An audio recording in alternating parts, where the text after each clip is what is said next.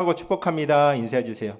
사랑하고 축복합니다. 사랑하고 축복합니다. 사랑하고 축복합니다. 네, 반갑습니다. 어느 주일날 어느 교회 목사님이 성도들에게 이렇게 물었다고 합니다. 기도는 얼만큼 하십니까? 처음에 성도들이 나 기도 얼만큼 하지? 머뭇머뭇거리면서 손을 들지 못하고 있는데 어느 한 권사님께서 손을 딱 들면서 목사님, 저는 하루에 3번 기도합니다. 목사님이 그 얘기를 듣고 얼마나 좋아요. 그래서 훌륭합니다. 아침, 점심, 저녁 기도하십니까? 라고 다시 한번 물었습니다. 그때 이 권사님의 대답은 무엇이었을까요? 맞습니다. 식사기도, 하루 3번 식사기도만 했다고 합니다. 그러니까 잠깐 웃자고 좀 옛날 예화를 들어서 이야기를 하지만 이것이 솔직히 우리의 기도의 현실이 아닐까 싶습니다. 우리는 기도를 합니다. 분명히 합니다. 우리가 처해 있는 이 환경 속에서 교회와 가정과 내 삶의 터전에서 걸어가다가도 마음의 기도를 통하여서 하나님 앞에 기도를 합니다. 근데 우리가 올려드리는 기도가 과연 무엇을 위한 기도인가? 내가 어떤 목적과 수단을 위하여서 하는 기도인가? 우리는 알게 모르게 기도에 대하여서 그렇게 이해를 하였다라는 거죠. 어려운 일이 있을 때, 또 힘든 일이 있을 때, 어떠한 내 상황들이 해결되어지기를 원할 때 우리는 기도할 때가 많다라는 거죠. 그런데 오늘 다니엘이 말하고 있는, 오늘 다니엘이 보여주고 있는 모습에 등장하고 있는 이 기도의 모습은 전혀 다른 모습을 하고 있음을 우리는 볼 수 있습니다. 먼저 다니엘 조서가 선포되던 그날에, 다리오의 조서가 선포되는 그날에 기도하면 사자굴에 던진다라고 하는 법령이 있었습니다. 그 법령을 알매도 불구하고 다니엘은 윗방으로 올라가서 창문을 열고 무릎을 꿇고 그리고 기도하였습니다. 그리고 기도의 제목은 이거였다라고 이야기를 합니다. 10절 마지막에 이렇게 이야기합니다. 딱 한 줄로 기록되어져 있는데 그의 하나님께 감사하였더라. 이 기도가 어느 순간에 올려드린 기도냐면 사자굴 앞에서 올려드린 기도에 곧 그럴 수밖에 없는 상황 속에서 올려드린 기도였다라는 거죠. 근데 이 기도는 살려달라고 하는 기도가 아니었습니다. 감사의 기도였습니다. 이 한 줄 앞에서 우리가 기도가 무엇인지, 우리가 과연 하고 있는 기도의 간구의 제목들과 이 기도의 모습들이 무엇인지를 다시 한번 생각해 보셔야 하는 거죠. 오늘 설교의 제목은 다니엘처럼 기도를 더 열심히 하자라고 하는 제목이 아닙니다. 기도란 대체 무엇인가? 이 질문 앞에 저와 여러분들이 함께 서 있기를 원한다라는 거죠. 오늘 이 다니엘의 기도가 저와 여러분들의 기도와 얼마나 다른지, 그리고 다른 이유가 무엇인지를 오늘 말씀을 통하여서 우리가 찾아가 보는 귀한 시간이 되기를 예수님의 이름으로 부탁드리겠습니다. 먼저 배경을 살펴보면 지난 시간에 다리오 왕은 다니엘을 새 정승 가운데 으뜸의 자리에 앉혔습니다. 앉히려 했고 이것이 귀족들의 집단적 시기심을 폭발하였습니다. 그래서 그들은 다니엘에게 허물을 찾고자 했지만 아무런 허물을 찾지 못하였고 결국 그들이 찾은 것은 그의 신앙 자체를 범죄로 만드는 법을 제정하게 되는 거죠. 그래서 30일 동안 다리오 외에 다른 신이나 다른 사람에게 기도하는 자는 사자굴에 던진다라고 하는 법령이 선포되어집니다. 오늘 이 소식을 들은 이 다니엘이 두렵지 않았겠습니까? 그런데 다니엘은 집으로 돌아가서 윗방에 올라가서 기도를 합니다. 우리의 모습을 보면 가장 먼저 우리는 이렇게 생각해 볼 수 있습니다.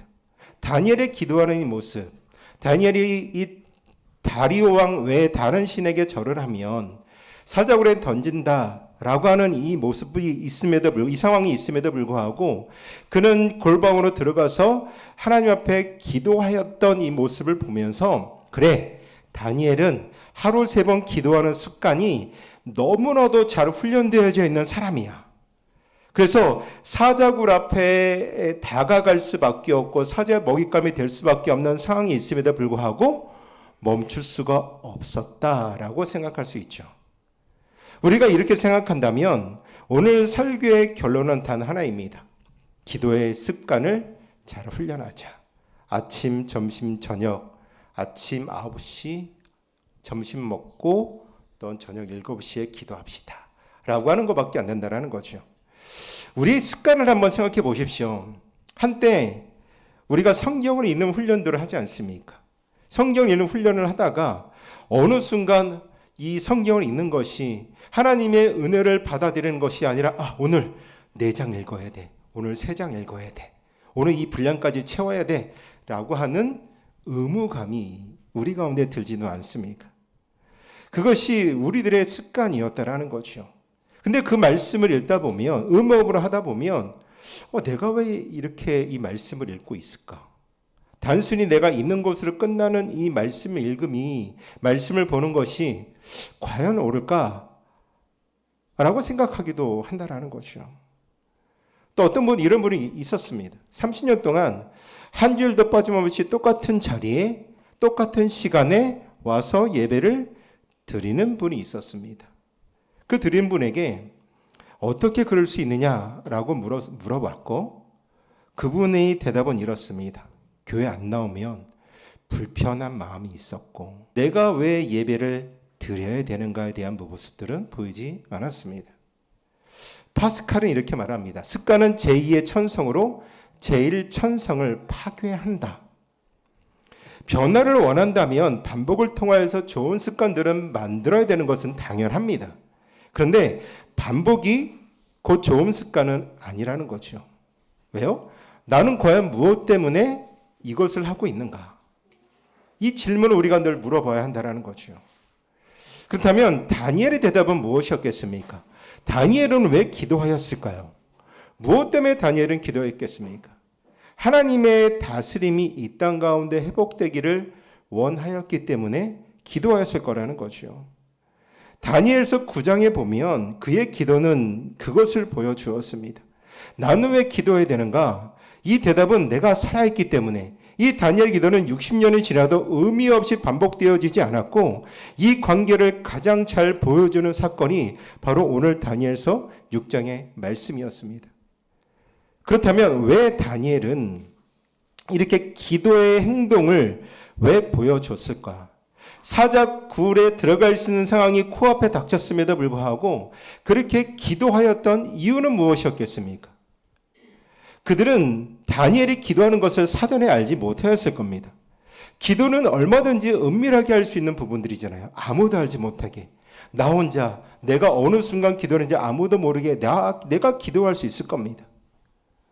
그들은 법령을 제정한 이후에 다니엘을 주목하여서 봤을 때 놀랍게도 어렵지 않게 그의 기도하는 모습을 보았다라는 거죠. 다니엘은 법령이 제정된 후에도 평소처럼 하루 3번 기도했기 때문입니다. 누군가는 모를 수 있습니다. 다니엘, 너 은밀하게 기도해도 되지 않았을까? 30일만 참아도 되지 않았을까? 그런데 이 질문 자체가 오늘 본문의 핵심을 놓치고 있는 부분들입니다. 중요한 것은 다니엘이 어떤 방법으로 기도했느냐가 중요한 것이 아니라 그 기도로 무엇을 고백했느냐가 정말로 중요한 부분들이라는 거죠. 바빌론의 포로로 잡혀갔던 이스라엘 백성들은 성전을 향하여 기도하는 모든 백성의 기도를 들어달라라고 하는 솔로몬의 기도를 기억하며 예루살렘을 향하여 하루 3번 기도하였습니다. 하나님의 다스리심이 회복되기를 고대하며 드리기는 시작한 언약 백성의 기도였다라는 거죠. 다니엘서 9장에 보면 기도가 바로 이런 맥락이었습니다. 이스라엘을 대신하여서 죄를 자복하고 하나님의 용서와 회복을 구하는 기도. 그런데 지금은 다릅니다. 다리오는 자신을 신으로 여겨서 다른 어떤 신에게도 기도하지 마라라고 법령을 내렸습니다. 그러니 다니엘은 숨어서 기도하는 것이 어떻게 보면 더 좋을 수도 있다라는 거죠. 다니엘이 숨어서 기도하는 것은 모든 사람에게 다리오가 참 신앙임을 인정하게 되는 것입니다. 남들 보기에는 다니엘도 다리오를 주인으로 여겨서 하나님께 구하지 않는 모습으로 비춰질 수 있기 때문이라는 거죠. 지금 다니엘 앞에 놓인 문제는 무엇이냐면 기도의 문제가 아니라 고백의 문제가 담겨 있습니다. 오직 여호와 하나님 한 분만을 섬기겠다고 선언했다라는 거죠. 다리오가 하나님을 대신할 수 없다라고 그는 고백하였습니다. 이 모습은 다니엘이 느부갓네살의 금신상 앞에서 세 친구가 절하지 않는 것과 같은 정확한 동일한 신앙의 언어로 고백되어졌습니다. 그들은 절하지 않는 것이 습관이 없어서가 아니었듯이 다니엘의 기도한 것도 기도의 습관을 지킨 것이 아니라 생명을 건 고백이었습니다. 다리오가 아닌 하나님이 나의 하나님이다. 여호와가 나의 하나님이다라고 하는 믿음의 고백이었다라는 거죠. 그래서 다리오는 창문을 닫지 않았습니다. 창문을 닫는 순간 그것은 침묵으로 드리는 항복이 되기 때문입니다. 다니엘은 지금 기도는 신앙의 퍼포먼스가 아니라는 거죠. 내가 몇 시간 기도했고 어느 자리에서 내가 몇 번 기도했다가 중요한 것이 아니라 목숨을 담보로 한 전제의 선언이었습니다. 다니엘의 세 친구를 다시 한번 생각해 보십시오. 금시상에 절하라고 명령했을 때 그들은 이렇게 말합니다. 왕이여, 우리가 섬기는 하나님이 계시다면 우리를 구원하실 것입니다. 그렇지 아니하실지라도 우리는 왕의 신들을 섬기지 아니하고 금신상에게 절하지 아니할 것입니다.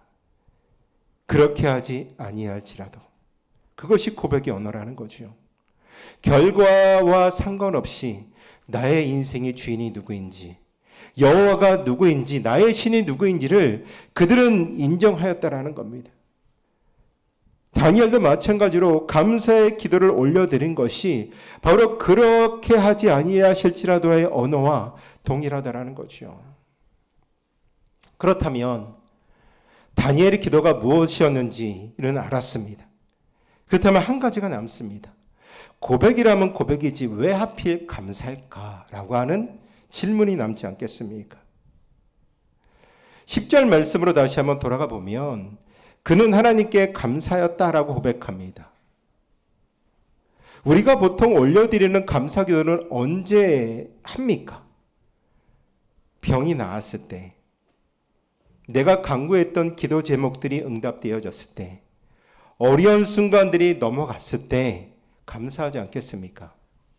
이 감사의 공통점이 뭐냐면 한 가지로 정해지는데 상황이 주어졌기 때문에 아름다운 감사지만 본질적 상황에 의존하는 감사라고 하는 것이요. 이 본질적 상황에 의존하는 감사는 상황이 바뀌어지면 사라지는 감사가 되어지는 겁니다. 그런데 다니엘이 고백하였던 하나님께 감사였다라고 하는 이 감사는 상황에서 출발한 것이 아니라 하나님의 주권에서 출발하였기 때문입니다. 다니엘이 평생 예루살렘을 향하여 기도해온 내용의 핵심은 이거였습니다. 하나님의 다스리심이 다시 한번 회복되어지기를 원합니다. 여호와께서 주인이 되시는 날이 오기를 원합니다. 라고 하는 기도의 언어로 드린 감사였습니다. 즉 하나님, 당신은 지금도 나의 주인이십니다. 다리오의 법령이 그것을 바꿀 수 없고 당신은 내 생명의 반석이시고 구원자이십니다. 이것이 변하지 않으므로 나는 감사합니다. 라고 고백하였습니다. 감사는 주권 인정의 언어입니다. 하나님이 내 주인 되심을 우리는 인정해야 된다는 거죠. 오늘 다니엘이 고백한 것, 하나님이 내 인생의 주인이심을 나는 인정한다라고 고백하는 거죠. 이것이 감사의 가장 깊은 의미라는 겁니다. 다니엘이 고백하였던 이 간구가 아닌 감사를 드린 것은 그 결과를 요청하기 전에, 하나님 앞에 우리의 간구를 요청하기 전에 먼저 하나님이 나의 인생의 주인이십니다라고 인정했기 때문입니다. 하나님이 어떻게 하실지보다, 내 인생에 어떤 일을 하실지보다 하나님이 누구인지가 먼저 중요하였습니다. 시편의 기자는 이렇게 노래합니다. 내가 사망의 음침한 골짜기로 다닐지라도 해를 두려워하지 않을 것은 주께서 나와 함께 하심이라. 다니엘이 고백하고 있는 이 감사, 하나님께 감사하는 것은 동일한 이 시편의 고백과도 같다라는 거지요. 사망의 골짜기, 이것은 사자굴로 대입해 볼 수 있습니다. 앞에서 드리는 감사, 그 감사는 상황을 부정하는 것이 아니라 상황보다 더 크신 분을 인정하는 거죠. 그리고 그 감사가 만들어내는 결과가 무엇인지 오늘 16절 말씀에 등장하고 있습니다. 다니엘을 죽이라고 하는 명령을 내린 이 바로 그 왕이, 다리오 이 왕의 입에서 이런 말이 터져 나오는데, 내가 항상 섬기는 너의 하나님이 너를 구원하리라. 누구를 구원한다고요? 다니엘을 구원한다라고 이 다리오 왕의 입에서 고백되어집니다. 다니엘을 사자굴에 던지려던 이 왕의 입에서 신앙의 고백이 나왔다라는 사실입니다. 박해자가 피해자를 위해 기도하고 있는, 어떻게 보면 역설적인 이런 장면들, 이것은 수십 년 동안 다니엘의 삶 전체에 드려진 감사의 고백이 빚어낸 결과일 겁니다. 그렇다면 다니엘이 삶 전체로 드려진 고백을 통하여 빚어진 이 놀라운 결과가 우리의 삶 속에서는 어떻게 이루어져야 되겠습니까? 기도는 고백이 되어야 됩니다. 오늘 말씀의 중요한 것은 기도의 고백이라는 거죠. 우리의 기도는 어떻게 바뀌어야 됩니까? 우리의 감사 기도를 돌아보십시오. 내가 올려드린 이 감사의 기도와 내가 올려드린 이 모든 것들의 모습들은 과연 무엇이었는지를 다시 한번 돌아보십시오. 좋은 일이 있어서, 건강해서, 기도의 제목들이 이루어져서 올려드리는 감사가 아니겠습니까? 반대로 오늘 아침 기도하면 사자굴에 던져진다, 내가 교회 오면 사자굴에 던져진다 라고 하는 소식을 들으면 그래도 여러분들은 그런 상황 속에서도 다니엘처럼 하나님께 감사합니다라고 고백할 수 있겠습니까? 오늘 다니엘이 우리에게 주는 도전은 뭐냐면 상황 때문이 아니라 하나님 앞에, 하나님 때문에 감사하라고 말씀하고 있는 겁니다. 기도가 고백이라면 그 간구의 본질은 내 뜻이 이루어지기를 원하는 것이 아니라 하나님의 주권을 인정하면 내 필요를 아뢰는 것입니다. 환난 가운데 던져 달라고 하는 기도도, 형통하게 해달라고 하는 기도도 그 안에 하나님이 당신의 주인입니다, 바로 나의 주인입니다라고 고백이 담겨 있어야 하는 것이죠. 우리의 삶에는 수많은 다리오의 법령이 있지 않습니까? 경제적인 불안이 우리에게 이렇게 이야기를 합니다. 이 문제를 해결하지 않으면 나는 아무것도 할 수 없어. 건강은요? 내 건강을 내가 극복하지 않으면 나는 아무것도 할 수 없어. 나는 먼저 건강을 극복해야 돼. 사람들의 시선은 이렇게 말합니다. 나를 의식하지 않으면 살아남을 수 없다. 이 모든 것은 우리에게 한 가지로 또 묻고 있습니다. 하나님이 정말 나의 주인이냐? 지금 이 상황 가운데에서도, 어떤 일이 되어지지 않는 순간 가운데서도, 내가 고백하고 간구하는 기도 제목들이 응답되지 않는 순간 가운데서도 너의 기도의 시작은 하나님이 정말 나의 주인이냐라고 고백하고 있는 것이죠. 처음 설교할 때 이렇게 이야기했습니다. 하루 3번 기도하는데 밥 먹기 전에 3번 기도합니다. 우리는 기도를 이렇게 한다라는 거죠. 우리 아이들도요, 기도를 해라 해도 밥 먹을 때요, 밥 먹을 때 기도도 잠깐 진짜 짧아요. 하나님 밥 주심에 감사합니다. 예수님의 이름으로 기도합니다. 근데 지율이는 그거보다 조금 더 길게 해요. 그래서 할아버지를 위해서 기도하고, 교회를 위해서 기도하고, 가족들을 위해서 기도하고, 그 다음에 밥 맛있게 먹고 건강하게 살겠습니다라고 기도하라고 해도 그것이 안 되는 것이 아이들의 기도인 것 같습니다. 근데 그 아이들의 기도가 우리들의 기도가 아닐까 싶어요. 때로는 우리가 장황하게 여러 기도 제목들을 이야기하지만 마치 우리 아이들이 고백하는 것 같은 줄기를 가지고 기도하기도 합니다. 그런데 오늘 이 질문을 가지고 여러분들이 들어가셨으면 좋겠습니다. 사자굴 앞에서 그 상황이 내 앞에 다가올 때 나는 어떻게 기도할까? 다니엘의 기도는 감동적인 이유가 있습니다. 왜 감동적이냐면 사자굴 앞에서도, 사자굴에 들어갈 수 있는 상황 앞에서도 그런 똑같은 기도가 나왔기 때문입니다. 그가 기도의 습관이 있었기 때문에 그러했을까요? 아닙니다. 그의 기도에는 고백이 담겨져 있기 때문이었습니다. 그렇다면 우리는 어디서 그 고백의 힘을 얻을 수 있을까요? 다니엘을 다니엘 되게 한 그 뿌리는 어디에 있겠습니까?